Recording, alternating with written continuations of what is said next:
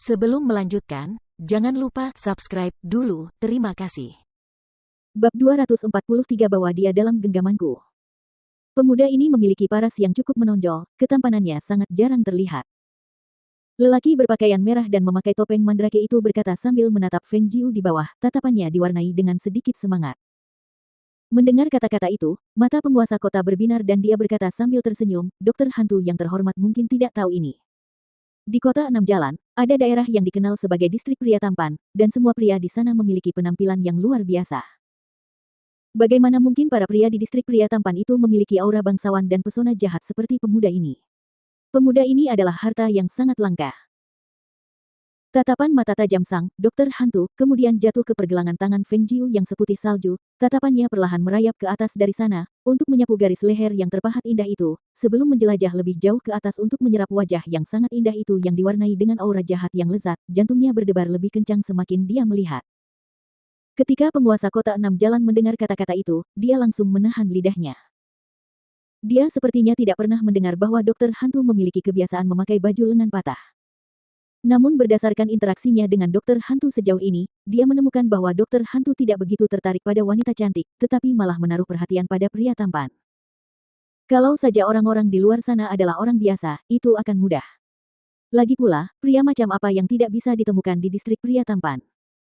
Namun, setelah mengarahkan pandangannya pada pemuda berpakaian merah di sana, penguasa kota agak ragu-ragu. Meskipun jika dia ingin meminta obat lebih banyak dari dokter hantu, dia harus menjilat dan mengambil hati dokter hantu, tetapi karena dia adalah penguasa kota dari kota Enam Jalan, dia tidak mungkin bertindak terlalu jauh melampaui batas kesopanan, atau hal itu mungkin akan menyebabkan efek yang terlalu besar pada keseluruhan situasi. Akan tetapi, saat dia sedang ragu-ragu, dia mendengar suara dokter hantu mencapai telinganya. Tuan Kota Chang, jika kau mampu membantuku mendapatkan pemuda ini, maka aku pasti akan memanfaatkannya. Mendengar kata-kata itu, Tuan Kota tercengang saat menatap dokter hantu di sampingnya. Kata-kata itu seperti sebuah janji, dan baginya, itu adalah kesempatan yang bagus. Baiklah. Aku akan mencoba memikirkan cara. Dia mengangguk setuju dan kemudian melihat dokter hantu menatap dengan heran dari bawah. Setelah melihat itu, dia menoleh untuk melihat ke bawah juga.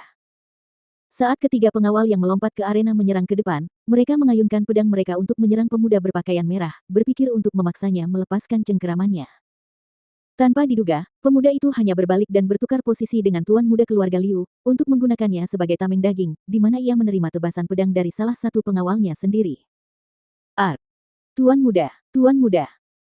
Dalam keterkejutan yang luar biasa, wajah penjaga itu menjadi pucat, begitu ketakutannya sehingga seluruh tubuhnya gemetar tak terkendali. Namun tepat pada saat itu, tendangan terbang Feng Jiu mengenai kepalanya dan dia langsung pingsan. Dua pria lainnya masih terus melangkah maju, tetapi mereka tidak berani lagi menggunakan pedang mereka, takut akan melukai tuan muda mereka. Hanya dengan beberapa tebasan, mereka terlempar oleh serangan Feng Jiu, di mana mereka melolong dan meratap di tanah, tidak mampu berdiri. Saat itu muka tuan muda Liu sudah pucat pasi, punggungnya terkena sabetan pedang, lukanya mengucurkan darah yang membuat jubahnya bernoda merah, rasa sakit yang amat sangat menyebabkan keringat dingin mengucur, namun kendati begitu, ia tetap tak mampu melepaskan diri dari jeratan tangan yang mencekik lehernya. Pada saat ini, Feng Jiu menatap tuan muda keluarga Liu yang saat itu dipenuhi rasa takut, lalu berkata dengan suara malas yang diwarnai dengan haus darah, mencekikmu sampai mati begitu saja akan terlalu mudah bagimu. Mengapa kita tidak melakukannya dengan cara lain? Kau, apa yang kau pikirkan? Kau harus tahu bahwa jika aku mati, kau tidak akan bisa hidup dengan baik. Tuan muda keluarga Liu berkata dengan suara gemetar. Bagaimana menurutmu, kami biarkan kamu merasakan penderitaan yang lebih buruk daripada kematian? Suara Feng Jiu terdengar riang dan sedikit dingin. Begitu suara itu jatuh, dia membalikkan tangannya untuk menggenggam tangan pria itu, lalu membalikkannya sepenuhnya ke belakang, lalu memutar tangannya dengan tarikan yang kuat. Beberapa retakan tulang yang tajam terdengar di tempat-tempat yang disentuh tangannya, disertai dengan ratapan menyedihkan yang bergema, yang secara bertahap meningkat nadanya dengan setiap retakan. Sampai dia berhenti dan mata semua orang menatap tuan muda keluarga Liu yang tergeletak di lantai, mereka semua terkesiap keras.